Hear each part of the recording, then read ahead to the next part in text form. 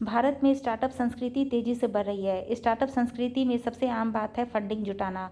वर्तमान में भारत दुनिया का तीसरा सबसे बड़ा स्टार्टअप इकोसिस्टम है। जब बात व्यापार की आती है तो लोग अक्सर कहते हैं कि बिना पैसे के व्यापार कैसे किया जाए।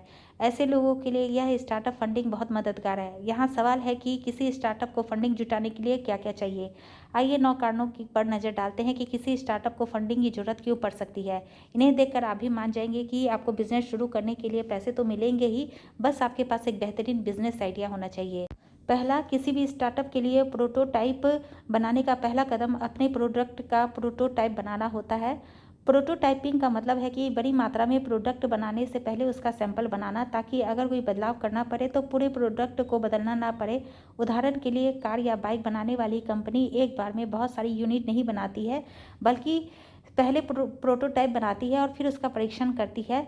छोटे व्यवसायियों को अक्सर प्रोटोटाइप बनाने के लिए फंडिंग की जरूरत पड़ती है। दूसरा, उत्पादन विकास के लिए प्रोटोटाइप की सफलता के बाद उत्पादन विकास की बारी आती है। इसमें बहुत सारा पैसा खर्च होता है। ऐसे में कई स्टार्टअप फंडिंग के लिए पैसों की इस जरूरत को पूरा करते हैं और बदले में निवेशक को व्यवसाय की कुछ इक्विटी देते हैं। तीसरा, किसी भी व्यवसाय को बड़ा बनाने में सबसे बड़ा योगदान एक टीम का होता है। अगर किसी भी कंपनी की टीम अच्छी है तो वह बिजनेस को तेज़ी से आगे बढ़ाने की ताकत रखती है। हालांकि टीम के लिए अच्छे लोगों को नियुक्त करना जो काम को अच्छे से अंजाम दे, कई बार महंगा पड़ता है। ऐसे में कुछ स्टार्टअप अपनी टीम बढ़ाने के लिए फंडिंग जुटाते हैं। चौथा, किसी व्यवसाय में कार्यशील पूंजी के लिए 2 प्रकार की पूंजी होती है। पहला फिक्स्ड कैपिटल और दूसरा वर्किंग कैपिटल। फिक्स्ड कैपिटल में ज़मीन, बिल्डिंग, मशीन जैसी चीज़ें शामिल है। वही वर्किंग कैपिटल में वो चीज़ें शामिल होते हैं जो उत्पादन बनाने के लिए ज़रूरी होते हैं, जैसे कच्चा माल, टीम का वेतन, बिजली बिल, पैकेजिंग, मार्केटिंग जैसे सभी खर्चे इसके अंतर्गत आते हैं। पांचवा है कानूनी और परामर्श सेवाओं।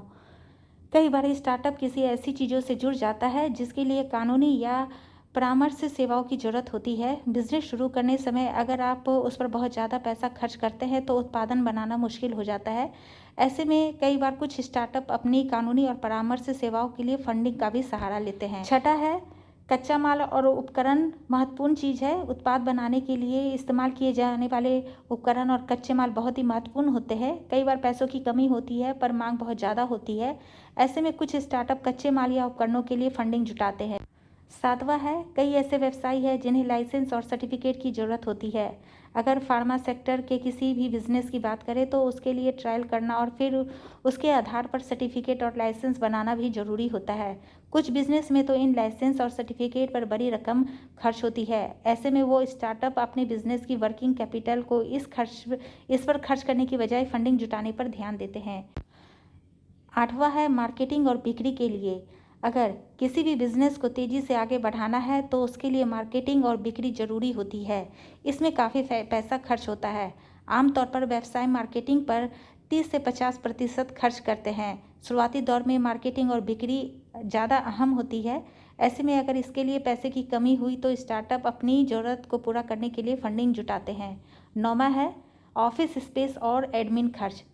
किसी भी व्यवसाय को ऑफिस की ज़रूरत होती है और उससे जुड़े सभी खर्चे उठाने पड़ते हैं। एडमिन खर्च उसमें से एक है। कई बार स्टार्टअप अपने व्यवसाय के ऑफिस स्पेस और एडमिन खर्च के लिए भी फंडिंग जुटाते हैं।